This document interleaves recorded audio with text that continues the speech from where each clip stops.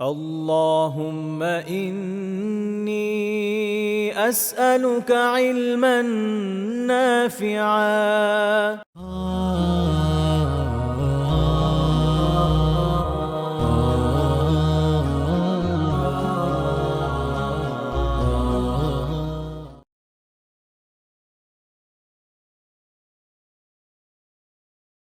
আলহামদুলিল্লাহ সালাতু ওয়াসসালামু আলা রাসূলিল্লাহ আম্মা বা'দ। আল্লাহ তাআলার অশেষ মেহেরবানি যে আমরা আমাদের যে রেগুলার দর্স তার একটি নতুন পর্ব করতে যাচ্ছি। আমরা আপনাদের হয়তো খেয়াল আছে যে মূল আলোচনায় প্রবেশ করেছিলাম এবং রাসূলুল্লাহ সাল্লাল্লাহু আলাইহি ওয়াসাল্লামের পারিবারিক জীবন নিয়ে আমরা আমাদের সামর্থ্যমতো কিছুটা আলোচনা শুরুও করেছি আলহামদুলিল্লাহ। আজকে আমরা তার পরবর্তী পর্ব নিয়ে আলোচনা করতে যাচ্ছি। আমি গতদিন এই বিষয়ক স্পেসিফিকলি এই বিষয়টা নিয়ে কিছু আলোচনা করেছি ভূমিকা হিসেবে। আমরা আজকে থেকে মোটামুটি যেটা বলে না এক্সপ্লোর করা শুরু করব রাসূলুল্লাহ সাল্লাল্লাহু আলাইহি ওয়াসাল্লামের পারিবারিক জীবনের বিভিন্ন দিক আমাদের আল্লাহ তাআলা যতটুকু তৌফিক দেন সেই অনুপাতে। তো আল্লাহ তাআলা তৌফিক দিন আমরা যেন হক আদায় করে এই গুরুত্বপূর্ণ বিষয়টি নিয়ে আলোচনা করতে পারি এবং এর মাধ্যমে আমি নিজে এবং আপনারা আমরা সবাই যেন উপকৃত হতে পারি, যারা এখন শুনছেন আগামীতেও শুনবেন। তো আল্লাহ তাআলা তাদের সবাইকে উপকৃত হওয়ার তৌফিক দান করুন, এই দোয়া করি আমিন। আল্লাহ তাআলা আমাদের নিয়তকে বিশুদ্ধ করে দিন, আমাদের ইখলাস দান করুন। তো আহ, আমি গতদিন যেমন বলছিলাম, ওই খেয়ে ধরে যদি বলি যে রাসূলুল্লাহ সাল্লাল্লাহু আলাইহি ওয়াসাল্লাম এর ব্যক্তি জীবন, আহ, এটা এত ব্যাপক একটা বিষয় যে এখানে অনেক গভীর পর্যন্ত আলোচনা করা যেতে পারে এবং এখান থেকে আমাদের জীবনের অনেক প্রয়োজনীয় উপাদান আমরা পেতে পারি। বিশেষ করে তার পারিবারিক জীবনে আহ, এর ভেতরে সৌন্দর্যের দিক এত বেশি, তো শুধু এটা নিয়েই একটা স্বতন্ত্র দর্শ হতে পারে। বাস্তবতা হচ্ছে এটা। আমরা তো অনেকগুলো টপিকের সাথে মিলে আলোচনা করব, তারপরও যতটুকু সম্ভব ইনশাআল্লাহ তাআলা আলোচনার চেষ্টা করব। প্রথম যে বিষয়টা সেটা হলো যে রাসূলুল্লাহ সাল্লাল্লাহু আলাইহি ওয়াসাল্লাম তার স্ত্রীদের সাথে যে সময় কাটাতেন, এই সময়টা কাটাতে তিনি পছন্দ করতেন। এটা স্পেসিফিকলি বলার একটা কারণ আছে। সাধারণত মানুষের মধ্যে একটা ধারণা, যেটা প্রাচীনকাল থেকে ছিল, যে মহাপুরুষরা তাদের স্ত্রীদের সাথে আসলে সময় কাটাতে পছন্দ করবেন না বা তাদের থেকে একটু দূরে থাকবে। যেমন আমাদের এই অঞ্চলে মহাপুরুষ হিসেবে খ্যাত যারা, ধরেন গৌতম বুদ্ধ, তার মনে হয়েছিল যে নির্বাণ লাভ করার জন্য পরিবার একটা প্রতিবন্ধক, তো পরিবার ছেড়ে পালিয়ে গেছেন। খ্রিস্টান এটা বিলিভ করতো যে পারিবারিক জীবন এটা খুব ভালো জিনিস না এবং স্ত্রীর সাথে যে মানুষের সম্পর্কটা হয় এটা আসলে সঠিক নয়। এটাকে তারা খারাপ মনে করতো, খারাপ দৃষ্টিতে দেখতো। এবং এই কারণে যারা পরকালীন কল্যাণ চাইতো সেসব ব্যক্তিদের কাজ ছিল মনাস্ট্রারিতে গিয়ে সন্ন্যাস ব্রত পালন করা, যেটা রোমান ক্যাথলিকরা এখনো করে। আর মেয়েরা নান হতো, ছেলেরা ব্রাদার হয়ে গ্রাজুয়ালি ফাদার হতো। তো এভাবে পারিবারিক জিনিসটাকে ট্যাবু হিসেবে দেখা হতো কাদের জন্য? যারা মহামানব, যারা কোনো সংস্কারের কথা বলেন, যারা সমাজ সংস্কার করেন, যারা মানুষকে ধর্মীয় ক্ষেত্রে দিক নির্দেশনা দেন, তাদের ক্ষেত্রে। এবং মানুষ মনে করে যে এই বিষয়গুলো থেকে বেঁচে থাকতে পারলে, কাম বলে না, কাম, ক্রোধ, লোভ, মোহ, মাৎসর্য, এই পঞ্চরিপু থেকে বেঁচে থাকা তারা জরুরি মনে করে। ইসলাম এক্ষেত্রে ভিন্ন চিন্তা নিয়ে এসেছে। ইসলাম এগুলোকে অস্বীকার করেনি। মানব জাতি তাদের নিজস্ব আকল যখন খাটাতে গেছে, তখন কেউ এরকম মনে করেছে যে এই বিষয়গুলো খারাপ, যেহেতু এগুলোকে একদম নাকচ করে দিতে হবে, মানে এটা প্রয়োজনকে একদম নেগেট করতে হবে, এটা থাকবেই না। যেমন বুদ্ধরা মনে করে যেগুলো রাখবেই না জীবনে। যারা ভিক্ষু হবে, যারা তাদের যে বস্ত্র, হলুদ বস্ত্র, কঠিন চিবর ধারণ করবে, তারা এগুলো থেকে একদম দূরে থাকবে। না কামাসক্ত হবে, না ক্রোধ অনুভব করবে, লোভ মোহ মাৎসর্য সবকিছু টাটা। আচ্ছা, কেউ কেউ গেছে একদম উল্টো দিকে। সেটা আপনি ভোগবাদী সমাজের ক্ষেত্রে মনে করতে পারেন আধুনিক সময়ে এসে। আর খুব সাম্প্রতিক 100-200 বছর আগেও যারা ছিল, যেমন সাই যে গোত্রটা আছে বাউলদের, ওই যে লালন শাহের নাম শুনে থাকবেন, সে এই গোত্রের একজন ব্যক্তি। এরা এটা মনে করছে উল্টা, যে এই বিষয়গুলোকে অনেক বেশি ভোগ করতে হবে, অনেক বেশি করতে হবে, যেন চাহিদা নষ্ট হয়ে যায়, বা এইটা এমন একটা পর্যায়ে নিয়ে যেতে হবে। এবং প্রাচীন পেগানদের ওই ধারণা ছিল, যেমন কাম বিষয়টাকে এত এই পর্যায়ে নিতে হবে যে সে এটা উপভোগ না করে ব্যাপক হারে করবে। এর একটা একটা বিচিত্র দর্শন, এটা নিয়ে আমি আলোচনায় যাচ্ছি না, নোংরা নিকৃষ্ট জিনিস। বাট আমি দেখাচ্ছি যে দুইটা এক্সট্রিম আছে মানব জাতির চিন্তাধারায়, কারণ মানুষ এটা বোঝে যে এই বিষয়গুলো সমস্যা, কিন্তু মানুষ যখন সলিউশন করতে গেছে তার নিজস্ব আকল দিয়ে, তখন সে দুইটা এক্সট্রিমে চলে গেছে। হয় এটা নয় এটা, হয় নাকচ করেছে, নয় এক্সেসিভ রকমের অ্যাকসেপ্ট করতে চেয়েছে। এর বিপরীতে ইসলাম এমন একটা চিন্তাধারা নিয়ে এলো, আলহামদুলিল্লাহ, যেহেতু এটা ঐশ্বরিক দিন, আল্লাহ তাআলা আমাদেরকে সৃষ্টি করেছেন, তিনি জানেন যে বান্দার কি প্রয়োজন। তো সেখানে এই বিষয়গুলোকে কিন্তু স্বীকার করে নেওয়া হয়েছে। আমাদের বলা হয়নি যে ক্রোধ ছেড়ে দাও, বরং বলা হয়েছে যে ক্রোধ জরুরি, সেই ক্রোধটাকে আল্লাহর রাস্তায় ব্যয় করতে হবে সঠিক জায়গায়। যখন এটা সীমা লঙ্ঘন করবে, আল্লাহর বেঁধে দেওয়া সীমার বাইরে চলে যাবে, তখন আমি গুনাহগার হবো। তো আল্লাহর ভীতি যখন সামনে থাকবে, ক্রোধ চেক অ্যান্ড ব্যালেন্সের মধ্যে থাকবে। এই জন্য আমরা দেখি যে আলী রাদিয়াল্লাহু তাআলা আনহুর প্রসিদ্ধ প্রসিদ্ধ বর্ণনা আছে, আলী রাদিয়াল্লাহু তাআলা আনহুর, যে উনি এক যুদ্ধে একজনের সাথে লড়াই করছেন, কিন্তু যখন সে থুতু দিয়েছে উনি আর তাকে হত্যা করেন নাই, বিকজ এটা তখন ব্যক্তিগত ক্রোধে চলে গেছে। আমরা দেখি যে রাসূলুল্লাহ সাল্লাল্লাহু আলাইহি ওয়াসাল্লাম ব্যক্তিগত ক্রোধের কারণে কারো উপর থেকে প্রতিশোধ নেন নেই, যেখানে দিনের কথা হয়েছে, আল্লাহ তাআলার ইস্যু হয়েছে, সেটা ডিফারেন্ট ইস্যু, সেখানে ছাড় দেননি। এভাবে এটাকে কন্ট্রোল হয়েছে। সেমলি সেটা লোভের বিষয়, একদিক থেকে যেমন বলা হচ্ছে যে আজমিলু ফি ফি ফি চলাবিদ দুনিয়া, মুস্তাদরাকে হাকিমের হাদিস, সহিহ সনদে এসেছে যে উত্তম ভাবে তোমরা দুনিয়া তালাশ করো। সেখানে আরেক আরেক জায়গায় বলা হচ্ছে সহিহ মুসলিম হাদিসে যে মালাকা ইয়া ইবনে আদম মিন মালিক, হে বনু আদম, তোমার কোন সম্পদটা তোমার, সেটা সেটা ছাড়া, যেটা তুমি খেয়ে শেষ করে দিয়েছো, বা যেটা তুমি কাপড় পরে নষ্ট করে ফেলেছো, বা যেটা তুমি তাসাদ্দাকতা ফাআমতাইতা, যা তুমি সাদাকা করেছো এবং পরকালে পাচ্ছ, এটাই তো তোমার সম্পদ। এর বাইরে তো আর কোনো সম্পদ নাই। একদিক থেকে দুনিয়া অন্বেষণও করতে বলা হচ্ছে, আরেকদিকে বলা হচ্ছে যে দুনিয়াতে এমন ভাবে জীবনযাপন করো, সহিহ বুখারীর রাওয়ায়াত, যে কান্নাকা গরীবুন আও আবিরু সাবিলিন, কুন ফিদ দুনিয়া কান্নাকা গরীবুন আও আবিরু সাবিল, দুনিয়াতে এমন ভাবে জীবনযাপন করো যেন তুমি তুমি একজন গরীব অথবা পথিক, পথচারী। দুনিয়াটা কোনো স্থায়ী বাস এই হিসাবে চিন্তা করে না। এই দুইটার মধ্যে একটা ব্যালেন্স রাখতে হয়। এই দুইটার মধ্যে ব্যালেন্স যখন মানুষ রাখতে পারে, তখনই সেটা ইসলামের যে মূলনীতি তার উপর দিয়ে চলে। আর যখন মানুষ ব্যালেন্সটা ছাড়িয়ে দেয়, তখন হয় একদিকে দুনিয়ার দিকে ঝুঁকে পড়ে, ফলে তার অন্তর দুনিয়া মুখী হয়ে যায়, আর নয় একদম দুনিয়া ছেড়ে দেয়, ফলে সে ক্ষতিগ্রস্ত হয়। তো ইসলামের মাঝে ব্যালেন্স করেছে। এই কারণে আমরা সাহাবীদের দেখি যেখানে তারা উত্তম ভাবে দুনিয়া তালাশ করছেন, আর বিপরীত দিকে তাদের দুনিয়া তাদের অন্তরকে গ্রাস করছে না। কঠিন কাজ। আর কঠিন কাজ না করে তো জান্নাতে তো সহজে পাওয়া যাবে না, জান্নাত অনেক দামি জায়গা। তো ইসলাম ওইখানে যেমন সমতা করেছে, এবার আসেন যে আমাদের যে ইয়ের বিষয়টা, পারিবারিক বিষয়টা, এখানেও তাই। কাম বা মানুষের স্বাভাবিক চাহিদা, শারীরিক জৈবিক চাহিদা, এটা আল্লাহ তাআলা দিয়েছেন, এটাই স্বাভাবিক, মানব জাতির জন্য এটা প্রয়োজন। কিন্তু ইসলাম এখানে ব্যালেন্স দিয়েছে।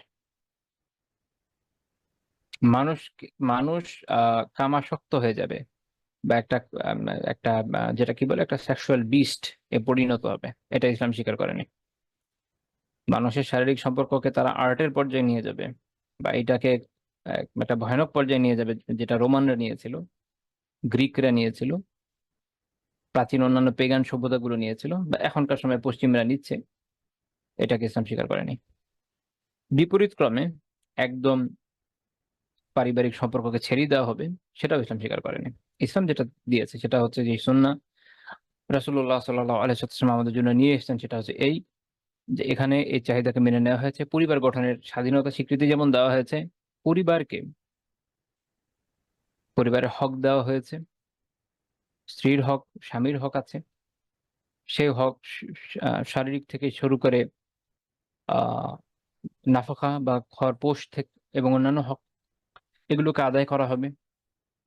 এবং পারিবারিক জীবনটা আমাদের কাছে একটা ইবাদতে পরিণত হয়েছে, এইভাবে না যেভাবে পেগানরা মনে করেছে যে শুধু শারীরিক সম্পর্কটা ইবাদত, তারা যেমন মনে করে যে ওই পর্যায়ে চলে গেলে খুব উচ্চ মার্গীয় ভাবে দেব প্রাপ্তি হয়, এরকমও না, ইটসেলফ এটা না। বরং এই পরিবার জীবনটা যাপন করার মাধ্যমে আমরা আল্লাহ তাআলা সন্তোষ আশা করি এইভাবে, যে এইখানে আমার জীবনের চাহিদাগুলো আমি পূরণ করি, আমার যিনি কাউন্টার পার্ট থাকবে তার চাহিদাগুলো পূরণ করব, তার প্রয়োজনগুলো, তার হক, বাকি যত হুকুক আছে সকল হক আমি আদায় করব। কেন করব? আল্লাহ তাআলার সন্তুষ্টি হাসিলের জন্য। অ্যাজ এ রেজাল্ট আমাদের জীবনটা হবে এরকম যে পুরো জীবনটাই একটা ইবাদত, এবং তার মধ্যে পারিবারিক জীবনটা একটা ইবাদত। এবং আমরা এই পারিবারিক জীবন কিভাবে যাপন করতে চাই, আমাদের দিন আমাদের কিভাবে শিখেছে। অর্থাৎ পারিবারিক জীবনকে নাকচ করে নয়, আবার পারিবারিক জীবন নিয়ে অতি বাড়াবাড়িও নয়। অতি বাড়াবাড়ি কিরকম? মানুষ অনেক সময় পরিবার নিয়ে অবসেসড হয়ে যায়। আপনি এখন দুই ধরনের প্রান্তিকতা দেখবেন, দুই ধরনের প্রান্তিকতা একটু ভালো করে খেয়াল করতে হবে। এক ধরনের প্রান্তিকতা হচ্ছে আহ পরিবারকে কোনো কিছুই মনে না করা, পরিবারের হকগুলো আদায় না করা, পরিবারকে গুরুত্ব না দেওয়া, স্ত্রীকে গুরুত্ব না দেওয়া, সন্তানদের গুরুত্ব না দেওয়া, মানে আমার দেশে আমি রাজা। আর আরেক ক্যাটাগরি হচ্ছে এর উল্টা, যারা মনে করছেন যে একদম স্ত্রী যা বলছে তাই মানতে হবে। নট লাইক দ্যাট, এরকম না। এখানে একটা ব্যালেন্সের ইস্যু আছে। বা আরো কেউ কেউ আছে যেটা বলে যে আপনার পরিবারে অবসেসড, মানে পরিবারটা তার জন্য একটা ফিতনার জায়গা হয়ে যায়। অর্থাৎ পরিবারের চিন্তায় সে দুনিয়ার কোনো, না হক কথা বলার সাহস করতে পারে, না হক কাজ করতে পারে, না আল্লাহর রাস্তায় বের হতে পারে, কিছুই করতে পারে না। এরকম সিচুয়েশন হয়ে যায়। সো এই দুইটা এক্সট্রিমের মাঝখানে থাকতে হবে। পরিবারের প্রতি ভালোবাসা স্নেহ থাকা জরুরি, আবার এইটা যেন আল্লাহ তাআলার দিন পালনের প্রতিবন্ধক হয়ে না যায়। আল্লাহ তাআলার দিন, আল্লাহ তাআলার ইবাদত, যেটার জন্য বেসিক্যালি আমাকে তৈরি করা হয়েছে, ওইটাতে প্রতিবন্ধক না হয়ে যায়, এটা খেয়াল রাখতে হবে। আমি এখানে অনেকগুলো কথা বলেছি এতক্ষণ ধরে, এগুলো যদি মাথায় থাকে অনেক বিষয় ইনশাআল্লাহ তাআলা ক্লিয়ার হয়ে যাবে। আমরা দেখবো যে রাসূলুল্লাহ সাল্লাল্লাহু আলাইহি ওয়াসাল্লাম তার জীবন এভাবে কাটিয়েছেন, যে সেখানে পরিবার ছিল, সেখানে স্ত্রীদের প্রতি তার স্নেহ মায়া মমতা ভালোবাসা ছিল, সন্তানদের প্রতি ছিল। আবার আমরা দেখছি যখন আল্লাহ তাআলার দিনের প্রয়োজন হচ্ছে বেরোয় যাচ্ছেন, আমরা দেখছি যে পরিবারকে প্রয়োজনীয় খরচ দিচ্ছেন, আবার অকাতরে আল্লাহ রাস্তায় ব্যয় করছেন। এই যে একটা ব্যালেন্স সব দিকে, এটা হলো খুব জরুরি বিষয়। আমরা গ্রাজুয়ালি ইনশাআল্লাহ তাআলা তার জীবন থেকে এগুলো শেখার চেষ্টা করবো। তো যেটা বলছিলাম যে এই টপিক থেকে, যে তিনি স্ত্রীদের সময়ের সাথে সময় কাটাতে পছন্দ করতেন, অর্থাৎ স্ত্রীদের সাথে সময় কাটাতে পছন্দ করাটা খারাপ কোনো বিষয় না, এটা হলো মূল কথা। এবং এটা মানুষের ইবাদতের বা ধার্মিকতার কোনো প্রতিবন্ধক বিষয় না। ইমাম তাবরানী রাহমাতুল্লাহি আলাইহি তার কিতাব আল মুআজাম আল আওসাত একটা হাদিস উল্লেখ করেছেন, যে কান রাসূলুল্লাহ সাল্লাল্লাহু আলাইহি ওয়াসাল্লাম ইযা সাল্লা সুবহা জালাসা ফি মুসাল্লাহ। রাসূলুল্লাহ সাল্লাল্লাহু আলাইহি ওয়াসাল্লাম ফজরের সালাত শেষ করে তারা মুসাল্লা যেখানে নামাজ পড়তেন ওখানে বসে থাকতেন। জালাসান নাসু হাওলাহ হাত্তা তাতুল আশ-শামস। সূর্য ওঠা পর্যন্ত আশেপাশের মানুষজনও তার আশেপাশে থাকতো। এই সময় জিকির করতেন, বা অন্যান্য রিওয়ায়াত আছে যে তিনি প্রশ্ন করতেন, আজকে কে কেমন স্বপ্ন দেখেছো, বা মানুষকে বিভিন্ন দিনের বিষয়ে সময় শেখাতেন, এই কাজে ব্যয় করতেন। এরপরে কি করতেন? যখন সূর্য উঠে যেত সুম্মা দাখালা আলা নিসাইহি ইমরাআতান ইমরাআ, এরপর তিনি একের পর এক তার বিভিন্ন স্ত্রীর কাছে যেতেন। সকালবেলায় একের পর এক বিভিন্ন স্ত্রীর কাছে যেতেন। ওয়াদউ লাহুন্না ফাইদা কানা ইয়াউম ইহদাহুন্না জালাসা ইনদাহা, এখানে গিয়ে এক এক প্রত্যেকের জন্য দোয়া করতেন। সব কথা প্রত্যেকের খোঁজ খবর নিতেন, তাদের জন্য দোয়া করতেন, এবং এরপরে শেষ পর্যন্ত যার সেদিনের দিন পালা, যেদিন যার তার কাছে চলে যেতেন। রাসূলুল্লাহ সাল্লাল্লাহু আলাইহি ওয়াসাল্লামের প্রত্যেক স্ত্রীর জন্য আলাদা আলাদা ঘর ছিল, কিন্তু উনার নিজের অ্যাবসলিউট একক কোনো ঘর এরকম না। উনি এক এক দিন যার যেটা পালা সেদিন সেই স্ত্রী ঘরে থাকতেন। তো যেদিন আগের দিন রাতে একজন স্ত্রীকে সাথে তো কাটিয়েছেন, এখন তার তো বাকি স্ত্রীরাও রয়েছে। এখন তার তার ব্যক্তিত্বটা খেয়াল করেন। এখানে তাদের জন্য শিক্ষার উপকরণ আছে, যারা হয়তো একাধিক বিয়ে করেছেন কিন্তু স্ত্রীদেরকে ওভাবে সময় দিচ্ছেন না। সেটা হলো, তিনি রাত কাটাচ্ছেন যার সাথে, পরের দিন যে অন্যান্য স্ত্রীদের সাথে, বাকি যে স্ত্রীরা ওনার ছিলেন তার সাথে তো আর এর মধ্যে আর কথাবার্তা হয়নি। তো সকালবেলা প্রথম কাজ ছিল উনি সবার খোঁজ খবর নিতেন, সবার খোঁজ খবর নিতেন, কে কেমন আছে না আছে দোয়া করতেন তাদের জন্য। এবং তারপরে তিনি চলে যেতেন সেই স্ত্রীর কাছে যার সাথে ওই দিন তার পালা থাকতো, ওই দিন তার বন্টন। এবং এটা এটা মুআজাম আল আওসাতের 8764 নম্বর হাদিস। ফাথুল বারীতে ইবনে হাজার রাহমাতুল্লাহি আলাইহি এটা সহিহ হওয়ার দিকে ইঙ্গিত করেছেন। সহিহ বুখারীর একটা বর্ণনা আছে আয়েশা রাদিয়াল্লাহু তাআলা আনহা থেকে যে কানা রাসূলুল্লাহ সাল্লাল্লাহু আলাইহি ওয়াসাল্লাম ইযা ইনসারাফা মিনাল আসরি দাখালা আলা নিসাইহি। রাসূলুল্লাহ সাল্লাল্লাহু আলাইহি ওয়াসাল্লাম আসরের পরে স্ত্রীদের কাছে যেতেন, প্রত্যেকের কাছে যেতেন। ফায়াদনু মিন ইহদাহুন্না, তো এরপর গিয়ে তাদের প্রত্যেকেই তিনি নিকটবর্তী হতেন। নিকটবর্তী হওয়া মানে যে ইবনে হাজার রাহিমাহুল্লাহ তাআলা বর্ণনা করছেন যে হয়তো তিনি তাদেরকে চুমু দিতেন বা তাদের সাথে পাশাপাশি বসতেন, কিন্তু শারীরিক যে সম্পর্ক এটা করতেন না, কারণ এটা শুধুমাত্র যে স্ত্রীর পালা ওই দিন তার তার যেহেতু এটা হকের মধ্যে পড়ে, এটা ছাড়া উনি তাদের সাথে সময় কাটাতেন, তাদের খোঁজ খবর নিতেন। এবং দুই হাদিস দেখা যাচ্ছে, একটাতে সকালের কথা আছে, একটাতে বিকালের কথা আছে, আসরের কথা আছে। এমনিতে হাদিসরা যেটাতে আয়েশা রাদিয়াল্লাহু তাআলা যে বর্ণনা, যেটা আসরের কথা আছে, এটাকে অধিক শক্তিশালী বলে থাকেন। আর তো উভয়ের মধ্যে সমন্বয় করেন এভাবে যে সম্ভবত তিনি সকালে শুধু খোঁজ খবর নিতেন, দোয়া করতেন, এরপরে বিকেলের সময় একটু কথাবার্তা বলতেন, লম্বা সময় কিছুক্ষণ একজনের সাথে কাটিয়ে তারপরে যার পালা তার কাছে চলে যেতেন। তো ফলে দেখা যাচ্ছে যে তিনি প্রতিদিনই স্ত্রীদেরকে যে সময় দিতেন, কারো এমন ফিল হতো না যে আজকে তাকে আমি কাছে পাইনি বা তার সাথে আমার কথাবার্তা হয় নাই। দেখেন, এই সুযোগ কিন্তু নেই। ফকিরা বলছেন যে বন্টনের মূল হলো রাত।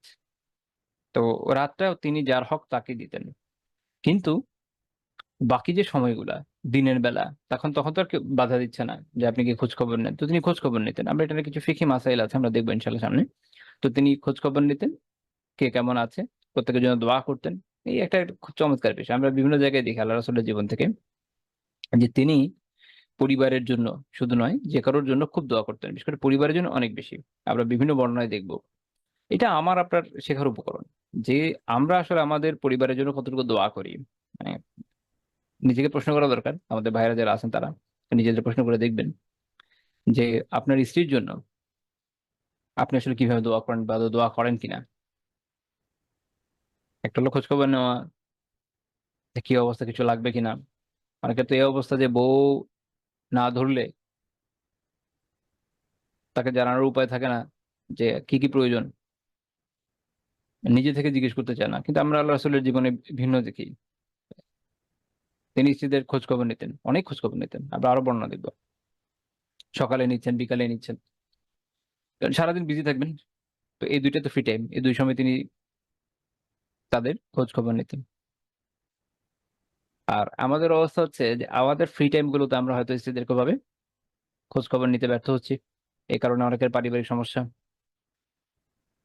একটা বিষয় হচ্ছে যে এখনকার আমাদের আমরা সভ্যতাটা কেমন বানিয়ে ফেলেছি, যে আমাদের আহ বলতে গেলে 24 ঘন্টা অফিসের মধ্যে থাকে।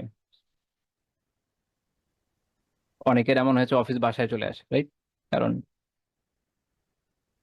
সপ্তাহে যে কদিন, 5 দিন 6 দিন অফিস থাকে, এর সাথে ফাইল টাইল নিয়ে চলে আসে অফিস ছুটির দিনগুলোতে। তো খুব যে সময় দেওয়া যায় তা না। তারও ছেলেদের যেটা স্বভাব আর কি, মন চায় বন্ধুদের সাথে ঘুরে, এটা করি ওটা করি, সবই ঠিক আছে, কিন্তু স্ত্রীকে একদম সময় না দিয়ে না। আবার এরকমও না যে সেটা করতে গিয়ে তার জীবনে, ব্যক্তি জীবনকে একদম সবার থেকে বিচ্ছিন্ন করে ফেলবেন। আমরা দুই ধরনের প্রান্তিকতা দেখি, এই দুইটা কোনোটাই হওয়া উচিত না। বরং আপনি আহ, নির্ধারণ করতে পারেন যে আমি হয়তো কারো যদি 2 দিন ছুটি থাকে, একদিন বন্ধুদের সাথে বা অন্যান্য কাজে ব্যয় করবেন, আরেকদিন স্ত্রীকে দিবেন বিশেষভাবে। আর যদি একদিন ছুটি থাকে, এক এক সপ্তাহে এক একদিন এক একবার এক এক কাজ করেন। কারণ এটা বাস্তবতা, আমাদের বন্ধুরা এটা বোঝা উচিত যে যারা অফিস করেন, অফিসের কলিগরা আসলে বন্ধু তো না। ওখানে মানুষ এটা প্রেশারের মধ্যে থাকে, প্রচন্ড প্রেশারের উপর থাকে। তো একদিন মানুষের একটু ইয়ে দরকার, একটু ছাড় পাওয়া দরকার, যাতে সে তার প্রেশারের জীবন থেকে একটু বাইরে থাকতে পারে। তো উভয়ের দরকার, স্বামী স্ত্রী উভয়ের প্রয়োজনটাকে বোঝা দরকার। আমরা ওই যে এর আগে আমি বলেছি যে আইন দিয়ে সবকিছু মানানো যায় না। আমরা যদি পারস্পরিক ভাবে নিজেদের সমস্যাগুলো না বুঝে একেবারে সহানুভূতিশীল না হই একেবারে প্রতি, তাহলে আসলে আমাদের সমস্যা কেউ সলভ করতে পারবে না। এটাই বাস্তবতা। তো যাই হোক, এবং আয়েশা রাদিয়াল্লাহু তাআলা আনহা এরকম বর্ণনা করেছেন যে ওকে আনা ক্বাল্লা ইয়াওমান ইল্লা ওয়া হুয়া ইয়াতুফু আলাইনা জামিআ। মানে এমন দিন কমই হতো যেদিন রাসূলুল্লাহ সাল্লাল্লাহু আলাইহি ওয়াসাল্লাম আমাদের কাছে এই প্রত্যেকের কাছে না আসতেন। দিনের বেলায় উনি প্রত্যেকের কাছে এরকম খোঁজ খবর নিতেন। ফায়াদনু মিন কুল্লি ইমরাআতিন মিন গায়রি মাসিস, শারীরিক রিলেশন ছাড়া এমনিতে একজন স্ত্রীর যতভাবে কাছাকাছি হওয়া যায় সেটা তিনি হতেন। হাত্তা ইয়াবলুগা ইলাল্লাতি ওয়া ইয়াউমুহা ফায়াবিতা ইনদাহা। শেষ পর্যন্ত যার ওই দিন পালা থাকতো তার কাছে গিয়ে উনি থাকতেন। সুনান আবু দাউদের 2135 নম্বর হাদিস, শেখ আলবানী রাহিমাহুল্লাহ হাসান সহিহ বলেছেন। আল্লামা আজিম আবাদি রাহিমাহুল্লাহ তাআলা এখান থেকে বলছেন যে এতে এই দলিল আছে, এটা থেকে আমরা এই দলিল পাই যে যেদিন কারো যদি একাধিক স্ত্রী থাকে, তো যেদিন যার পালা সেই দিন অন্যান্য স্ত্রীর কাছে যাওয়া, তাদের খোঁজখবর নেওয়া, এমনকি তাদেরকে যদি কেউ চুমু দেয় বা শারীরিক সম্পর্ক ছাড়া অন্য যে কোনো ধরনের রিলেশন, এতে কোনো সমস্যা নেই, শারীরিকভাবে কোনো সমস্যা নেই। কিন্তু যেদিন যার পালা, রাতটা তার সাথে থাকার দায়িত্ব তার। আচ্ছা।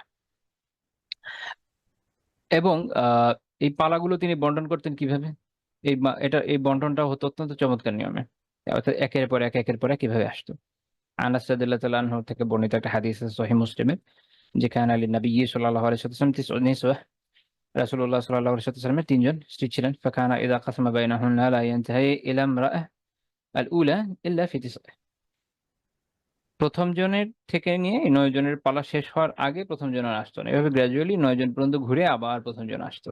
মানে এটার সুযোগ নাই যে অমুকরে বেশি দেওয়া হলো, তমুকরে কম, এরকম মোটেও করতেন না তিনি। বরং ঘুরে, ঘুরে আসতেন। এখানে একটা ইন্টারেস্টিং কথা বলি।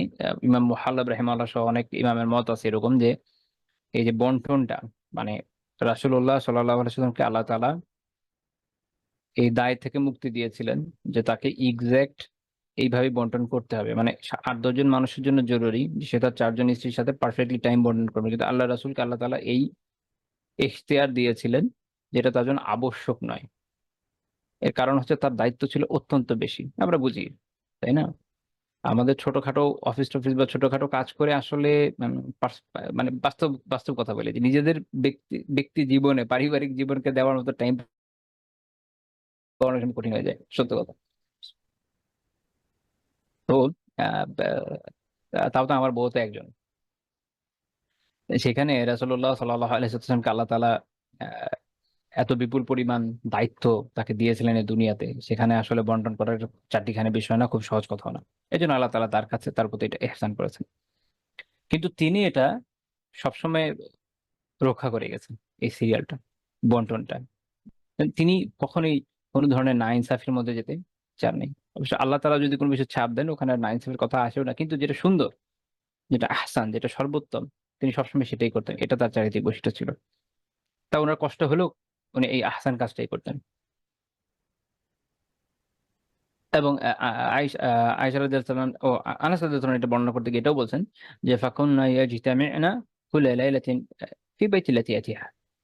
যে যার পালা থাকতো স্ত্রীরা অনেক সময় কি করতো, প্রত্যেকদিন রাতে ওই প্রত্যেকে ওখানে ঘরে আসতেন, ওখানে কথাবার্তা বলতেন সবার সাথে। এবং এখান থেকে ফকিহরা একটা উসুল বের করে একটা আ একটা ফিকহি মাসালা বের করেছেন।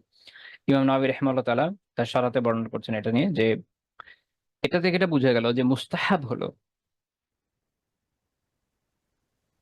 যে আ মানে যেই স্ত্রীর যেদিন পালা প্রত্যেকের যদি আলাদা, আলাদা ঘর থাকে, তো স্বামীর জন্য এটাই উত্তম যে আফজাল হচ্ছে এইটা যে সে যার পালা তার কাছে গিয়ে থাকবে। এখন এটা হইতে পারে যে স্বামীর নিজের একটা আলাদা বাসা থাকলো, বা সরি নিজের একটা আলাদা ঘর থাকলো, যার যেদিন পালা সে সেদিন আসলো। এটা নাজায়েজ না। বাট উত্তম এইটাই যে স্ত্রীদের আলাদা ঘর থাকবে, স্বামী প্রত্যেকের কাছে যাবে এবং এটা যার যেদিন পালা সেদিন অন্যরা তার ঘরে আসাটাই বরং মুস্তাহাব। মানে অন্যান্য স্ত্রীরা যদি আসতে চান, ধরেন একসাথে খাবার হলো, সবাই খেলো, এটা হতে পারে বা কথাবার্তা হতে পারে। এটার জন্য অন্যরা আসবে, এটাই মুস্তাহাব, বেটার। যার পালা তার নড়াচড়া করার থেকে। বাট এটা বিষয়টা এরকম না যে অন্য কারোটা দাওয়াত থাকলে বা এরকম হলে ওনারা যেতে পারবেন, এরকম না, পারবে, এর কোনো সমস্যা নেই। আচ্ছা। দ্বিতীয় বিষয়, পরের পয়েন্ট আমাদের যেটা, সেটা হচ্ছে দেখেন যে এত ব্যস্ততা, এরকম অবস্থা, তারপরও একে তো তিনি যে বন্টনটা করছেন, তিনি কিন্তু স্ত্রীদের যে শারীরিক চাহিদা সেটাও পূরণ করছেন। এবং আমরা জানি যে রাসূলুল্লাহ সাল্লাল্লাহু আলাইহি ওয়াসাল্লামের উপর দিয়ে এমন অবস্থা, এমন সময় গিয়েছে যে তারা ঠিকমতো খেতে পেতেন না। আমরা জানি এটা, তাই না? একটা সময় খুব অভাবের উপর দিয়ে গিয়েছেন। মূলত খন্দকের যুদ্ধের পরে যখন ১ম এ বনু কুরাইজার সম্পত্তিটা হস্তগত হলো, তারপর গ্র্যাজুয়ালি আল্লাহ তাআলা আরো দরজা খুলে দিতে রাখলেন। হুদায়বিয়া সন্ধি হলো, খায়বর বিজয় হয়ে গেল, তারপরে হুনাইন বিজয় হলো। এরকম একেকভাবে তাদের সম্পত্তির পরিমাণ আল্লাহ তাআলা অনেক বাড়িয়ে দিলেন। কিন্তু শুরুর সময়টা তো অনেক কষ্টকর ছিল। কিন্তু ওই সময়ে দেখা যায় যে রাসূলুল্লাহ সাল্লাল্লাহু আলাইহি ওয়াসাল্লাম প্রত্যেক স্ত্রীর হককে পূরণ করছেন। প্রত্যেক স্ত্রীর হককে পূরণ করছেন। এবং স্ত্রীর উপরে স্বামীর উপর স্ত্রীর ওই হকই আছে যেটা স্ত্রীর উপর স্বামীর আছে। মানে এরকম না যে শুধু স্বামী চাইলে স্ত্রী বাধ্য, আর মানে স্ত্রীর প্রয়োজন হলে স্বামী পূরণ করবে না, বিষয়টা এরকম না। বিষয়টা এরকম না। বরং প্রত্যেকেরই তার উপর হক আছে। এবং রাসূলুল্লাহ প্রত্যেক স্ত্রীর হকই পূরণ করে যাচ্ছিলেন। আনাস রাদিয়াল্লাহু আনহু বর্ণনা আছে, ইভেন এমনও হয়েছে, একবারের ঘটনা আছে, সেটা হচ্ছে যে তিনি একবার একই রাতে, আমরা জানি খুব বিখ্যাত বর্ণনা, হয়তো আপনারাও জানেন, যে একই রাতে তিনি তার প্রত্যেক স্ত্রীর কাছেই গিয়েছেন। আনাস রাদিয়াল্লাহু আনহু বলছেন যেখানে নবী সাল্লাল্লাহু আলাইহি ওয়াসাল্লাম ইয়াদুরু আলা নিসাইহি ফি সাআতিল ওয়াহিদাহ মিনাল লাইলি ওয়ান নাহার, দিন রাতের এক সময়ের মধ্যে, মানে একই সিরিয়াল আপনি মনে করেন যে এভাবে তিনি তার সকল স্ত্রীদের কাছে গিয়েছেন। তখন একজন আরেকজন তার ছাত্র তাকে জিজ্ঞেস করেছেন যে আকানা ইউতিকু, মানে বিষয়ের সাথে যে আল্লাহ রাসূল সাল্লাল্লাহু আলাইহি ওয়াসাল্লামের এই তাকওয়াত, এই শক্তি ছিল, মানে এরকম যে আসলে আপনি ৯ জন স্ত্রীর কাছে প্রতি একই রাতে যাচ্ছেন বা একই সময়ে যাচ্ছেন আরকি। তো আনাস রাদিয়াল্লাহু আনহু বললেন যে কুন্না নাতাহাদ্দাসু আন্নাহু উ'তিয়া কুওয়াতা ৩০, যে আমরা এটা বলতাম, সাহাবীরা এটা বলতো যে আল্লাহর রাসূলকে ৩০ জনের শক্তি দেওয়া হয়েছে। আল্লাহ তাআলা তাকে এই পরিমাণ শক্তি দিয়েছেন। এটা বিভিন্ন বর্ণনা থেকে জানা যায়। যেমন এটা হয়তো পরে আমরা একসময় আলোচনা করব। আ যে রাসূলুল্লাহ সাল্লাল্লাহু আলাইহি ওয়াসাল্লাম খন্দকের যুদ্ধের সময় একাই কত বিশাল একটা পাথর উড়িয়ে দিয়েছেন, যেটা অন্যরা করতে পারছে না। অথচ ওই পাথরের ভাঙার দায়িত্ব যাদের ছিল তাদের মধ্যে সালমান রাদিয়াল্লাহু আনহু ছিলেন, যার ব্যাপারে বর্ণনা আছে তিনি একাই ১০ জনের কাজ করতে পারতেন। সালমান রাদিয়াল্লাহু আনহুর ব্যাপারে বর্ণনা আছে তিনি একাই ১০ জনের কাজ করতে পারতেন, আর সবাই মিলে, তিনি এবং আরো কয়েকজন যাদের দায়িত্ব ছিল তারা মিলে পাথর ভাঙতে পারেন নাই, কিন্তু আল্লাহ রাসূল পেরেছেন। আল্লাহ তাআলা তাকে এই তাকত, এই শক্তি দিয়েছেন। এছাড়া আরো বেশ কিছু বর্ণনা আছে যেখান থেকে বোঝা যায় যে শারীরিক শক্তি আল্লাহ তাআলা তাকে এত বিপুল পরিমাণে দিয়েছিলেন। আর আরেকটা বিষয় হচ্ছে যে খালি শারীরিক শক্তি হলেই হয় না, মানুষের যে জৈবিক শক্তি সেটা কিন্তু খুব ডিফারেন্ট বিষয়। শারীরিক শক্তি সম্পন্ন ব্যক্তির ওইটা নাও থাকতে পারে, এরকম জৈবিক শক্তি নাও থাকতে পারে যে সে স্ত্রীর চাহিদা পূরণ করবে। আল্লাহ তাআলা রাসূলুল্লাহ সাল্লাল্লাহু আলাইহি ওয়াসাল্লামকে সকল ধরনের মানবিক কামালিয়াত বা পূর্ণতা দিয়েছিলেন। এর ফলে আল্লাহ তাআলা আল্লাহ তাআলার মেহেরবানিতে এটা তার পক্ষে সম্ভব হয়েছিল যে তিনি প্রত্যেকের হক আদায় করেছেন এবং একই সাথে করেছেন, একই রাতে করেছেন। আচ্ছা।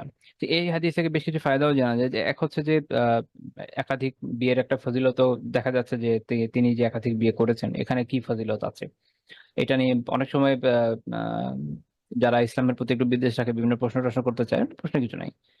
ওই একটা হচ্ছে ওই সময়কার স্বাভাবিক ট্র্যাডিশন ছিল এরকম যে মানুষ হিউজ অ্যামাউন্টের বিয়ে করতো, এবং এটা কোনো ছিল না, আপনার কোনো সীমার পরিসীমা ছিল না। ইভেন ব্রিটিশ এই অঞ্চলে যখন আইন পাশ হলো তার আগ পর্যন্ত ব্রাহ্মণরা শতাধিক বিয়ে করতো। কত? শতাধিক। তারপর ব্রিটিশ একসময় আইন করে এটা নিষিদ্ধ করলো। এটা খুব বেশি দিন হয় না যে আইন করে নিষিদ্ধ হয়েছে, মেবি ১০০-১৫০ বছর হবে, এর বেশি হবে না। এর আগ পর্যন্ত এই অঞ্চলে ব্রাহ্মণরা শত শত বিয়ে করতো। এটাই মানব জাতির হিস্ট্রি। ইসলাম ওইটাকে একটা ব্যালেন্সে নিয়ে আসলো। কিন্তু এই শত শত বিয়ে করলে তোমার স্ত্রী কখনো তোমার ইয়ে পাবে না, তোমার চেহারা হয়তো দেখবে না, এটাই বাস্তবতা। এই অঞ্চলে ব্রাহ্মণরা কি করতো, আমি যেরকম পড়েছি, যে এরা এই বিভিন্ন দূর দূরান্তে তাদের স্ত্রীরা থাকতো, সারা বছর স্ত্রীদের বাসায় ঘুরে ঘুরে খেত। ঠিক আছে, মানুষ ব্রাহ্মণদের সাথে বিয়ে দিত নিজেদের যে আত্মঠান্ডার জন্য, প্রত্যেকের বাসায় ঘুরে ঘুরে খেত। তো একজনের বাসায় ১ মাস করে গেলে, কারো যদি ১০০টা বউ থাকে, তাহলে দেখেন ১০০ নাম্বার বউয়ের ভাগে আসতে কত বছর সময় লাগে। তো এই সিচুয়েশন ছিল। তো আরবদের ক্ষেত্রেও এত খারাপ না হলেও সেখানেও এরকম সিচুয়েশন ছিল যে আপনাদের অনেক অনেক বিয়ে করতো অনেকে, এবং স্ত্রীরা তাদের হক পেত না। তো ইসলাম এটাকে লিমিট করে দিল, বলে যে না, এত করা যাবে না, তুমি ৪টা করো হায়েস্ট। কারণ হায়েস্ট ৪টা করলে বেনিফিট হয় এই যে তুমি ৪ দিনের মধ্যে টার্ন বাই টার্ন আসবে, এবং এটা মানবীয় সামর্থ্যের মধ্যে পড়ে, এর বেশি মানুষের সামর্থ্যের মধ্যে। তো যাই হোক, আহ এখন রাসূলুল্লাহ সাল্লাল্লাহু আলাইহি ওয়াসাল্লাম ওই সময় একাধিক যে বিয়ে করছেন, এটার অনেক ফজিলত আছে। এখানে একটা কথা আবারও বলি, আল্লাহ রাসূল অনেকগুলো বিয়ে করছেন, এটাতে আসলে আমাদেরকে ইয়ে করার কিছু নাই। মানে এটাই এমন কিছু না যে আমরা বসে বসে এটার পক্ষে কোনো সাফাই গাওয়া লাগবে, কোনো প্রয়োজনই নেই। ওই সময়কার সিস্টেম এটা ছিল, এবং সিস্টেম ছিল আরো অনেক বেশি করার। তার সমপর্যায়ের ব্যক্তিত্বরা আরো বেশি করতেন, তিনি অনেক কম করেছেন। ২, আহ বড় বড় প্রসিদ্ধ সাহাবীদের দেখেন প্রত্যেকের আল্লাহ তাআলা অনেকগুলো স্ত্রী দিয়েছেন। এটাই বিশ্বমাতার বৈশিষ্ট্য। Very simple. এটা নিয়ে আমাদের মানে এটা নিয়ে আলাপ আলোচনা কিছু নাই আসলে। আমরা এটা নিয়ে আলোচনা করতে যাচ্ছি, সেটা হচ্ছে আল্লাহ রাসূল যে একাধিক বিয়ে করছেন সেটার ফজিলত কি, দুইটার পার্থক্য বুঝেছেন? যে আল্লাহ রাসূলের পক্ষে আমার এখানে ডিফেন্ডার কিছু নাই। এটা একটা প্রশংসাযোগ্য কাজ ছিল, প্রেজওয়ার্থি ওয়ার্ক। আমরা এটা নিয়ে আলোচনা করছি যে তিনি একাধিক স্ত্রী যে বিয়ে করেছেন, এতে বিশেষ কি ফজিলত হচ্ছে উম্মার কি উপকার হলো, সেটা নিয়ে আমরা আলোচনা করছি। এর খুবই গুরুত্বপূর্ণ দিক যেটা হচ্ছে যে দেখেন যে রাসূলুল্লাহ সাল্লাল্লাহু আলাইহি ওয়াসাল্লামের স্ত্রীদের কল্যাণে আমরা অনেকগুলো গুরুত্বপূর্ণ মাসালা জানতে পেরেছি, যেটা নয়তো পারতাম না, এটা আমাদের পক্ষে জানা সম্ভব হতো না। এর মধ্যে রয়েছে যেমন অনেকগুলো গুরুত্বপূর্ণ মাসালা, যেমন ধরেন পুরুষদের জন্য যেটা প্রয়োজনীয় সেরকম আছে, স্ত্রীদের জন্য প্রয়োজনীয় এরকম আছে। যেমন এই যে আহ, মানুষ অজু অজু থাকা অবস্থায় সে যদি তার স্ত্রীকে চুমু দেয়, তার কি অজু ভেঙে যাবে কিনা, তো এই মাসালা আমরা জানলাম কোত্থেকে? তার স্ত্রীদের কাছ থেকে। সিয়াম ভেঙে যাবে কিনা এরকম করলে, সেটার মাসালা জানলাম কোত্থেকে? তাদের স্ত্রীর কাছ থেকে। স্ত্রীর সাথে একই পাত্রে পানি দিয়ে গোসল করা যাবে কিনা, সেটার মাসালা জানলাম কোথায়? তাদের হাদিস থেকে। স্বামী স্ত্রী একসাথে গোসল করা যাবে কিনা, এর মাসালা আমরা জানলাম কোত্থেকে? তার হাদিস থেকে। কাপড়ের মধ্যে যদি কারো ধরেন বীর্য হয়, বীর্য পড়ে, তাহলে সেটার পরিষ্কার হওয়ার মাসালা আমরা জানলাম কোত্থেকে? এখান থেকে, তাদের স্ত্রীদের কাছ থেকে, তার স্ত্রীদের কাছ থেকে। নারীদের যে প্রয়োজনীয় মাসালাগুলো, এগুলো সব কিভাবে জানা গেছে? তার স্ত্রীদের কাছ থেকে। বিপুল পরিমাণ বিষয়, এবং আরো গুরুত্বপূর্ণ বিষয় এইটা তো আছেই। তাহাজ্জুদ তো আল্লাহ রাসূল একা একাই পড়তেন বাসার মধ্যে, তো জামাত করে পড়তেন না। যদি তার স্ত্রীদের বর্ণনা না থাকতো, আমরা কিভাবে জানতাম তিনি তাহাজ্জুদ কিভাবে পড়েন, তার তাহাজ্জুদের বৈশিষ্ট্য কি, কি দোয়া করতেন, কি সানা পড়তেন, বা তারপরে কি পড়তেন, কত লম্বা কেরাত পড়তেন? খুব রেয়ারলি কোনো কোনো সাহাবী তার সাথে অবস্থান করেছেন, যেমন ইবনে আব্বাস রাদিয়াল্লাহু তাআলা আনহু। কারণ এটা একটা গুরুত্বপূর্ণ বিষয়, এই যে ইবনে আব্বাস রাদিয়াল্লাহু তাআলা কেন অবস্থান করতে পেরেছেন, কারণ তার মাহরাম ছিল আল্লাহ রাসূলের স্ত্রী। যদি না হতো তাহলে এতটুকু ঘরের ভিতরে স্বামী স্ত্রী দুজন আছে, আরেকজন তো ভিতরে থাকতে পারে না, পারে না। উনি পারছিলেন এই জন্যই, যেতেও নাই, ওনার মাহরাম ছিল। একই রকম আব্দুল্লাহ বিন ওমর রাদিয়াল্লাহু তাআলা আনহু কিভাবে ধারণ করতে পারলেন? দেখেন, কারণ হাফসা রাদিয়াল্লাহু তাআলা আনহা রাসূলুল্লাহর স্ত্রী ছিলেন। এই কারণে আব্দুল্লাহ বিন ওমর রাদিয়াল্লাহু তাআলা আনহু অবস্থান করতে পেরেছেন। এখন দেখেন উম্মার ইলমের একটা বড় ভান্ডার কাদের? এই আব্দুল্লাহ বিন ওমর এবং আব্দুল্লাহ বিন আব্বাসের হাতে, রাদিয়াল্লাহু তাআলা আনহুম আজমাইন। হ্যাঁ, তারাই তো বিপুল পরিমাণ জ্ঞান আমাদের কাছে নিয়ে এসেছেন। পুরুষদের মধ্যে যদি চিন্তা করেন, দেখেছেন বৈবাহিক রিলেশন কিভাবে কাজে আসছে আমাদের পুরো উম্মার। তো এভাবে খুঁটিয়ে খুঁটিয়ে বর্ণনা করলে অনেক ফাওয়ায়েদ পাওয়া যায়। আমি ওগুলাতে যাচ্ছি না, just যেহেতু শর্টকাটে আমরা চলে যাব। আরেকটা গুরুত্বপূর্ণ বিষয় দেখেন, যে এই যে একাধিক স্ত্রীর সাথে তিনি সম্পর্ক রাখতে পারছিলেন, সুবহানাল্লাহ, এটা কিন্তু তার একটা মুজিজা। এটা মানুষের কাজ না, এটা আমি যেমন একটু আগে বলছিলাম। আরেকটা গুরুত্বপূর্ণ বিষয়, ইবনে ইবনে হাজার রাহিমাহুল্লাহ যেমন বলেছেন, যে আরবদের মাঝে বহু বিবাহ প্রশংসনীয় ছিল, এবং এখনো আছে। আরবদের মধ্যে বহু বিবাহ আগে যেমন প্রশংসনীয় ছিল, এখন আছে। ওরা এটা খুবই ভালো কাজ মনে করে। ইভেন আফগানরাও মনে করে। আই ডোন্ট নো, আফগানিস্তান পার হয়ে এই পারে আসার পরে জিনিসটা অনেক নেগেটিভলি চলে আসছে, বাট মানে আরব ভূখণ্ডর, যেটা জাজিরাতুল আরব, সেখান থেকে নিয়ে আফগানিস্তান পর্যন্ত মানুষের মধ্যে বহু বিবাহ প্রশংসনীয় বিষয় হিসেবে স্বীকৃত। এবং মানুষ যাদের, যেন কেউ যদি কম বিয়ে করে, অনেক সময় এটা নেগেটিভলি দেখা হয়, স্টিল কোনো কোনো এলাকাতে দেখা হয়। আমি একজনের লেখা পড়েছিলাম, বাংলাদেশী, যিনি আফগানিস্তানে ইয়ের সময়, আমেরিকান শাসনের সময় কিছু সময় ছিলেন কোন একটা ট্রেনিং করাইতে গিয়ে। তো আফগান ছাত্ররা, তার ইউনিভার্সিটি স্টুডেন্ট, তারা আফগান কাবুল ইউনিভার্সিটি, তারা তাকে অনেক পচিয়েছে এই জন্য, আপনার কেন একটা বউ, আপনার কি কোনো do you have any problem, আপনার একটা বউ কেন হবে, মানে একটা বউ আবার কারো থাকে কিনা, মানে এটা তাদের কালচারে খুব বিচিত্র। তো আরবদের ভিতরে এরকম বহু বিবাহ ছিল কি প্রশংসনীয়। আর এখানে খুব একটা ইন্টারেস্টিং বিষয়, যে এত আল্লাহ তাআলা তার এতজন স্ত্রী দিয়েছেন, কিন্তু আপনি দেখবেন যে রাসূলুল্লাহ সাল্লাল্লাহু আলাইহি ওয়াসাল্লামের ইবাদতে এর কোনো প্রভাব পড়ে নাই। এখানে আমরা একটা শিক্ষার উপকরণ পাই, যে পরিবার মানুষের ইবাদতে কোনো প্রতিবন্ধক নয়। শর্ত হচ্ছে যে আপনার ওই মানসিক জোরটা থাকা লাগবে। পরিবার থাকা যেমন ইলম অর্জনের প্রতিবন্ধক নয়।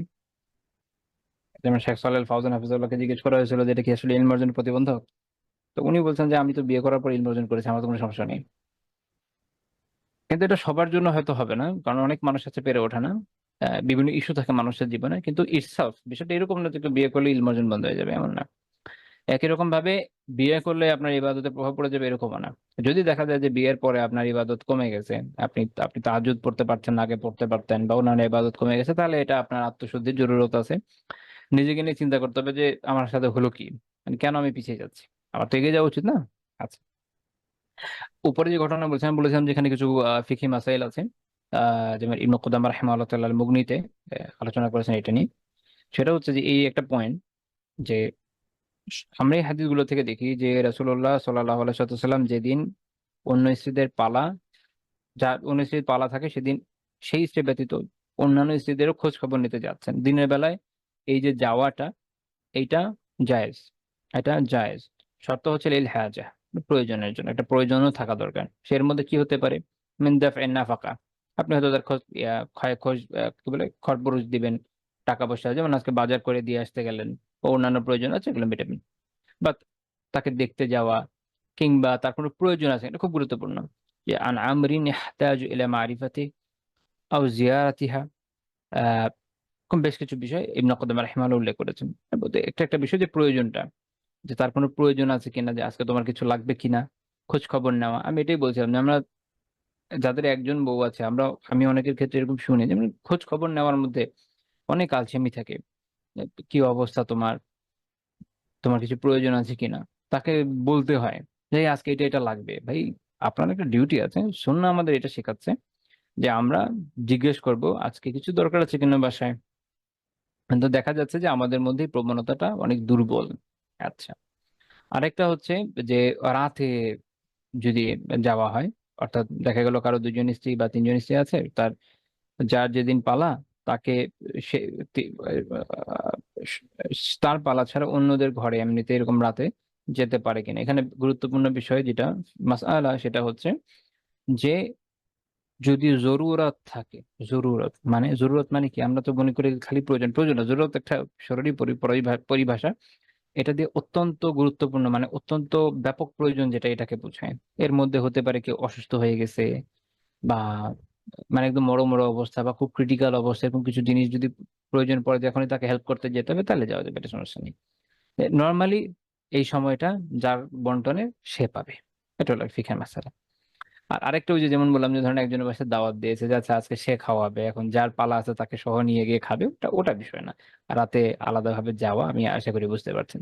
আচ্ছা, এবং আমরা আল্লাহ রাসূলের জীবনী থেকে দেখলাম যে তিনি এভাবেই যেতেন, যে প্রত্যেকের কাছে যেতেন, খোঁজ খবর নিতেন প্রত্যেক স্ত্রীর ক্ষেত্রে।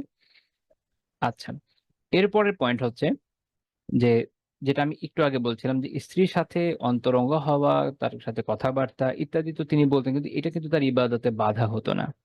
এটা তার ইবাদতে বাধা হতো না। তিনি রাতে তাহাজ্জুদ পড়তেন। আয়েশা রাদিয়াল্লাহু তাআলা আনহা হয়তো ঘুমাতেন বা জেগে থাকতেন।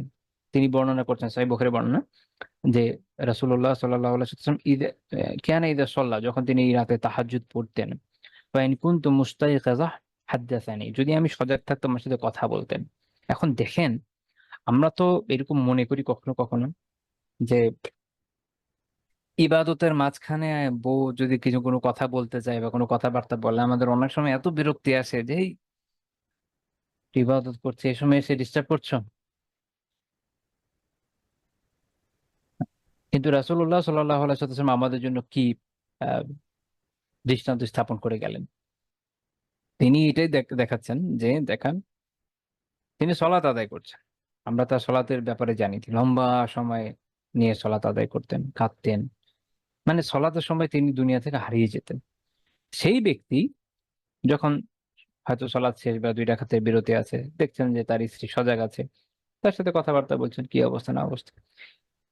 সুবহানাল্লাহ, আমি আসলে অবাক হয়ে যাই যে রাসূলুল্লাহ সাল্লাল্লাহু আলাইহি ওয়াসাল্লাম এই যে মুহূর্তের মধ্যে যে সলাতে যখন যাচ্ছেন তাৎক্ষণিক হারিয়ে যাচ্ছেন, আবার সলাত থেকে বের হয়ে এসে একদম দুনিয়াতে এত ইজিলি সবকিছু মেনটেন করছেন। আমি আসলে না মাঝে মাঝে হতভম্ব হয়ে যাই, মনে হয় যে এইটা একটা বড় মুজিজা। এইটা এটা আমাদের পক্ষে সম্ভব না, তবে আমরা একটু ট্রাই করতে পারি, ছিটে ফোঁটা যেন অর্জন করতে পারি। আমরা একদিকে গেলে একদিকেই ঝুঁকে যাই, আমাদের আরেক দিকের খোঁজ খবর থাকে না। কিন্তু তিনি একটা ব্যালেন্স দেখিয়ে গেছেন। এবং আয়েশা রাদিয়াল্লাহু তাআলা বলছেন যে যদি এমন হতো যে বা ইল্লা, যদি এমন না হয়, যে অর্থাৎ উনি যদি ঘুমিয়ে থাকতেন, আয়েশা রাদিয়াল্লাহু তাআলা যদি ঘুমিয়ে থাকতেন তাহলে আর ডাকতেন না। তখন আল্লাহ রাসূল তখন কি করতেন, শুয়ে থাকতেন, এই আহ, আযানের অপেক্ষায়, যে আযান যখন হবে তখন উনি উঠবেন। তো এখানে আমরা দেখলাম যে ইবাদতে কিন্তু কোনো বাধা নাই, স্ত্রীকে এই যে ভালোবাসা, স্ত্রীকে সময় দেয়, সব হচ্ছে, কিন্তু ইবাদতে বাধা নেই। কখনো কখনো এমনও হতো যে স্ত্রীর সাথে আছেন, উনি হয়তো এটা মনে রাখতে হবে যে এটা ফরজ ওয়াজিব কোনো বিষয় না একজন পুরুষের জন্য যে সে তাহাজ্জুদ আদায় করবে, স্ত্রীকে বলে নিতে হবে যে আচ্ছা আমি আদায় করি, অনুমতি দাও, এরকম না। বাট আল্লাহ রাসূলের ওই যে বললাম যে তিনি সর্বোত্তম কাজটা করতেন সবসময়, দ্য বেস্ট ওয়ান। তো তিনি হয়তো কখনো কখনো এরকম বলতেনই যে আচ্ছা আমাকে তাহলে এখন একটু অবকাশ দাও, আমি সালাত আদায় করি। যেমন সহিহ ইবনে হিব্বানে হাদিস আছে, আয়েশা রাদিয়াল্লাহু আনহাকে তিনি বলছেন যে ইয়া আয়েশা, তো হে আয়েশা, যারিনি, আমাকে ছাড়ো বা অবকাশ দাও, আতাআব্বাদুল লাইলাতা লিরাব্বি, আমি আজকের রাতটা আমার রবের ইবাদত করি। তো সেই রাত তিনি ওই দিন যেটা চেয়েছিলেন যে হয়তো সারা রাতে উনি ইবাদত করেছেন, ওই হাদিসের যে মর্মতা থেকে বোঝা যায়। তা আয়েশা রাদিয়াল্লাহু আনহা তেমন স্ত্রী, তিনি বলছেন যে ওয়াল্লাহি ইন্নী লা উহিব্বু কুরবাক, যে আল্লাহর কসম আমি তো আপনার সান্নিধ্যকে ভালোবাসি।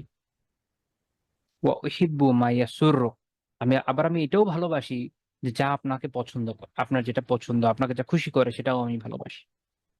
দেখেন স্ত্রীদেরও শেখার উপকরণ আছে। স্বামী যখন আল্লাহ তাআলার ইবাদত করছে তাকে আটকানো উচিত না, তাকে ছাড় দেওয়া উচিত। তো ফাকামা ফাতাহহারা সুম্মা কামা ইউসাল্লি, এরপর আল্লাহ রাসূল সাল্লাল্লাহু আলাইহি ওয়াসাল্লাম উঠলেন, পবিত্র হলেন, সালাত আদায় করলেন। আল্লামা শোয়েব আরনাউত রাহিমাহুল্লাহ তাআলা এর সনদকে ইমাম মুসলিম রাহমাতুল্লাহি আলাইহির শর্ত অনুযায়ী সহিহ বলেছেন। রাসূলুল্লাহ সাল্লাল্লাহু আলাইহি ওয়াসাল্লাম সফরে যেতেন, আমরা জানি অনেক বেশি, জিহাদের সফরে যেতেন। তখনও তিনি, এবং শুধু জিহাদের সফর না, অন্যান্য সফরে গিয়েছেন, হজের সফরে গিয়েছেন, ওমরার সফরে গিয়েছেন। যখনই সফরে গিয়েছেন তিনি কোনো না কোনো স্ত্রীকে সাথে নিয়ে গেছেন। আমরা অনেক সময় আমাদের এমন একটা কালচার তৈরি হয়েছে যে অনেক সময় আমরা কোথাও ঘুরতে গেলে মনে করি যে আমার একটু না নিজের একটু একাকিত্ব দরকার, বউ বাচ্চা ছাড়া, বউ ছাড়া। আল্লাহু আলাম, আমরা যদি আসলে একে অপরের স্বামী স্ত্রী যদি একসাথে মিলে উপভোগ করার মতো মানসিকতাই না রাখতে পারি, তাহলে ওই যে বলে যে এই দুজন মিলে একটা পরিবার, এটা আসলে কিভাবে কতটুকু হলো আল্লাহ ভালো জানেন। বাট এরকম প্যাথেটিক যে আল্লাহ রাসূল সাল্লাল্লাহু আলাইহি ওয়াসাল্লাম যেখানে জিহাদের সফরেও স্ত্রীদের নিয়ে যাচ্ছেন বিভিন্ন সময়, সেখানে আমরা সাধারণ বিভিন্ন সফরে, অফিসিয়াল সফর হয়, অন্য অনেক বিষয় আছে, পারা যায় না, ওটা আলাদা বিষয়। But আমরা সাধারণ সফরে অনেক সময় দেখা যায় যে স্ত্রীদের নিয়ে যেতে চায় না। আমি এরকম অনেক ভাইদেরকে দেখেছি, আমার নিজের দেখার মধ্যে আছে, যারা পারতপক্ষে কোনো জায়গা, তারা নিজেরা অনেক জায়গায় যাচ্ছেন, ঘুরছেন, কিন্তু পারতপক্ষে এইসব জায়গায় কখনো স্ত্রীদেরকে নিতে চান না। আল্লাহু আ'লাম, I don't know কেন চান না আমার জানা নেই।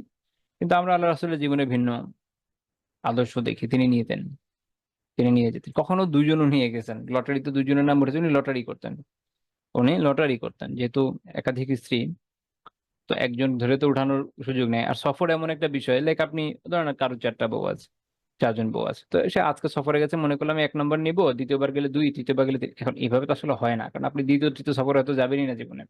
এজন্য লটারিটা জরুরি। এবং আমরা এটাও জেনে রাখি যে লটারির বিষয়টা যেটা, এটার মধ্যে অনেক ভাগ আছে। এমন না সব লটারি হারাম, এরকম না। মুবাহ আছে, মানদুব আছে, ওয়াজিব আছে, মাকরুহ আছে, সব ধরনের লটারি আছে। এবং এটা এই ধরনের ক্ষেত্রে সফরে কোন স্ত্রীকে নিবে, এটা একটা আহ হালাল বিষয়, এবং এটার ফিকহি বিধানে আমি একটু পরে ইনশাল্লাহ কথা বলবো। কিন্তু মূল কথা হচ্ছে যে আল্লাহ রাসূল সাল্লাল্লাহু আলাইহি ওয়াসাল্লাম কি করতেন? লটারি করতেন।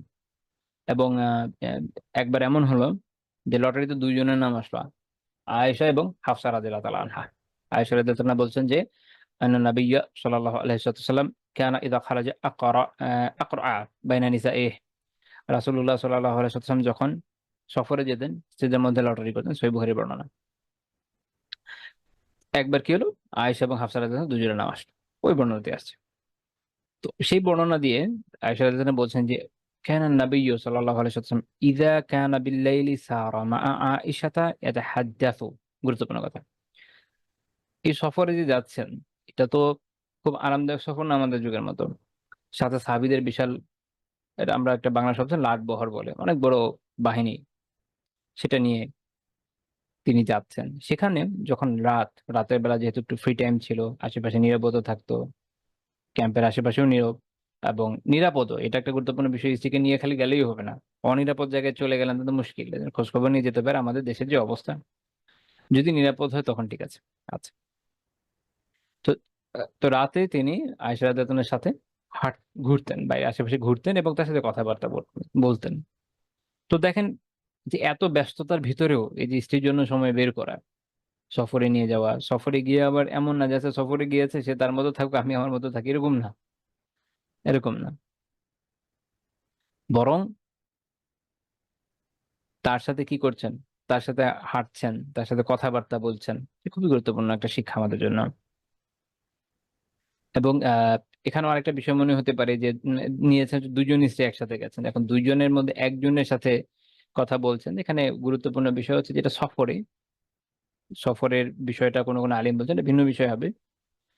আরেকটা বিষয় হতে পারে সেটা হচ্ছে এরকম যে ওই সময় হয়তো ওইভাবে বন্টন চলছিল না, যেমনটা আয়েশা রাদিয়াল্লাহু আনহার একটা বর্ণনা থেকে পাওয়া যায়। এটা ইমাম আবু দাউদ এবং বাইহাকী রাহিমাহুল্লাহ তাআলা একটা বর্ণনা উল্লেখ করেছেন, যেটা এরকম যে আয়েশা রাদিয়াল্লাহু আনহা বলছেন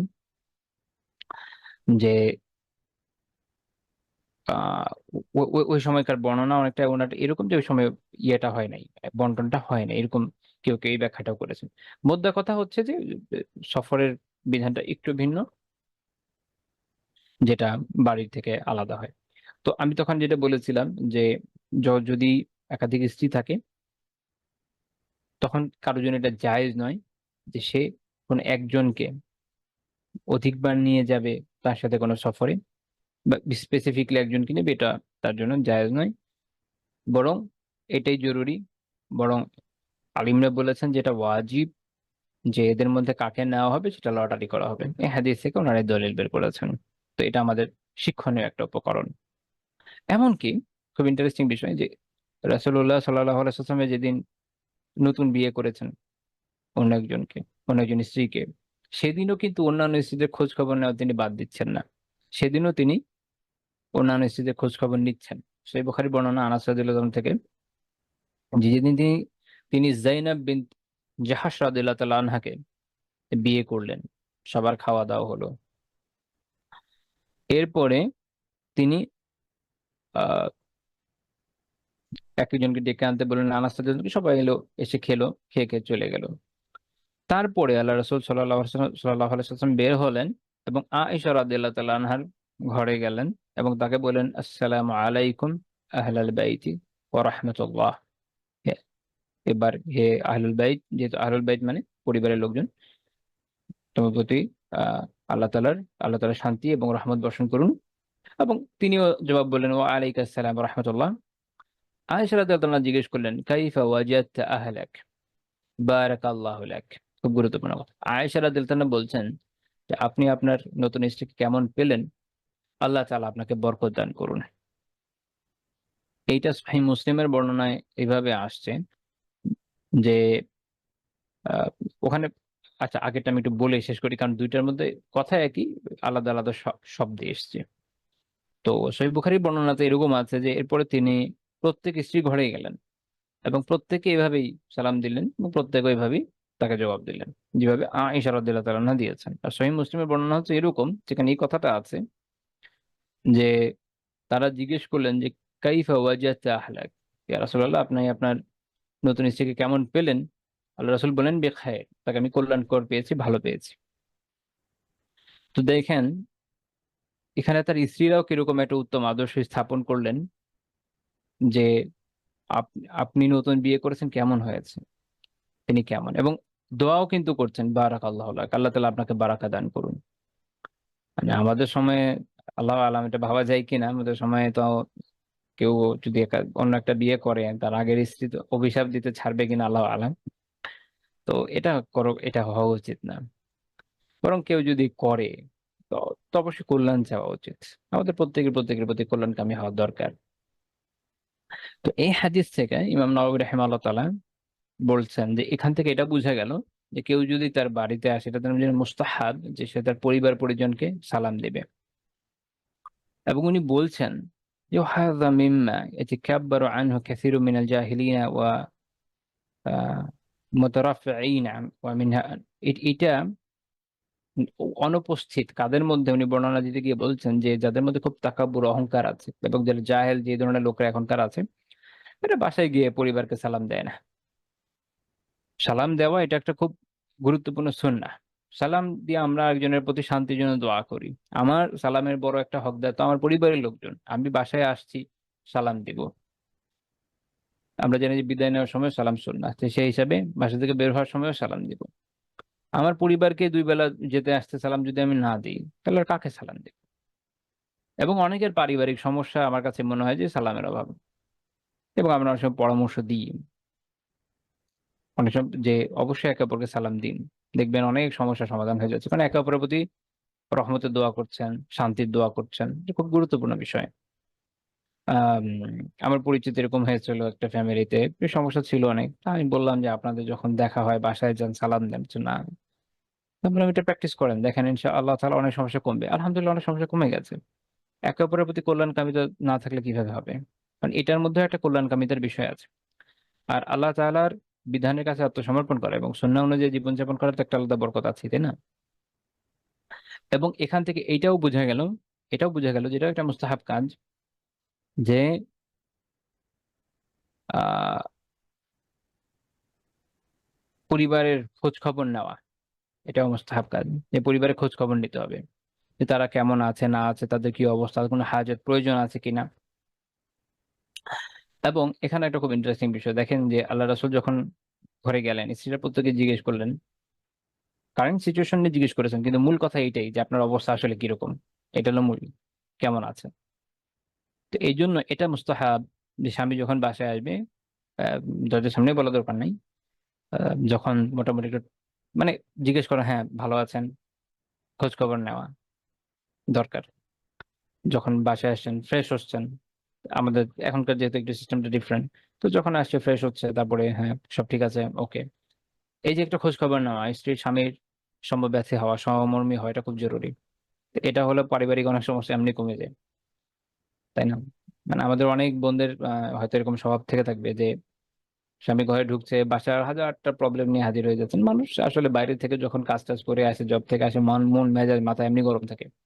ওই সময় যদি আপনি আরো কিছু সমস্যা নিয়ে উপস্থিত হন, তাহলে তার ব্রাস্ট হওয়া ছাড়া আর কিছু হবে না। তাকে সময় দিতে হবে, ফ্রেশ হোক, ধীরে সুস্থে আহ পরিষ্কার পরিচ্ছন্ন হবে, পবিত্র হবে, তারপরে মাথা ঠান্ডা হবে।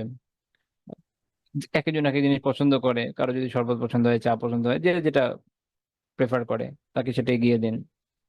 জিজ্ঞেস করেন কি অবস্থা, আজকের দিন কেমন কাটালেন, অফিসে কেমন গেল, বা আপনার প্রতিষ্ঠানে বা বাইরে যেখানে ছিলেন সব ঠিক ছিল কিনা।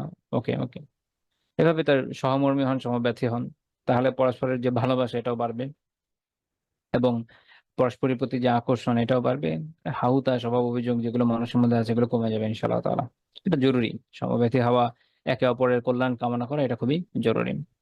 তো আজকে আমাদের বেসিক আলোচনাটা আমরা এখানেই শেষ করবো ইনশাআল্লাহ তাআলা। এরপরে আমি আর জাস্ট কয়েকটা মিনিট আছে, আমি এর মধ্যে একটা বিষয় নিয়ে একটু আলোচনা করে দিই। এটাও বেশ জরুরি বিষয়। আপনারা জানেন যে এই মুহূর্তে আমাদের দেশে কি পরিস্থিতি যাচ্ছে, এবং বিভিন্ন জায়গায় মানুষ বন্যায় আক্রান্ত, তারা ক্ষতিগ্রস্ত হচ্ছে। এবং এরকম সিচুয়েশনে থাকলে আসলে একটা মানুষের যতই আর্থিক সামর্থ্য বা যাই থাকুক না কেন, সে অনেক মুসিবতের উপর দিয়ে যায়। হয়তো দেখা যাবে যার অনেক সামর্থ্য ছিল, হয়তো রাতারাতি সে পথে এসে বসছে। তো এখনই সময় যে আমরা আমাদের সামর্থ্য মতো মানুষকে সাহায্য করি বা করব। এবং ইসলাম আমাদেরকে এই বিষয়ে অত্যন্ত উৎসাহ দেয় মুসলিম ভাইয়ের সাহায্যে এগিয়ে যেতে।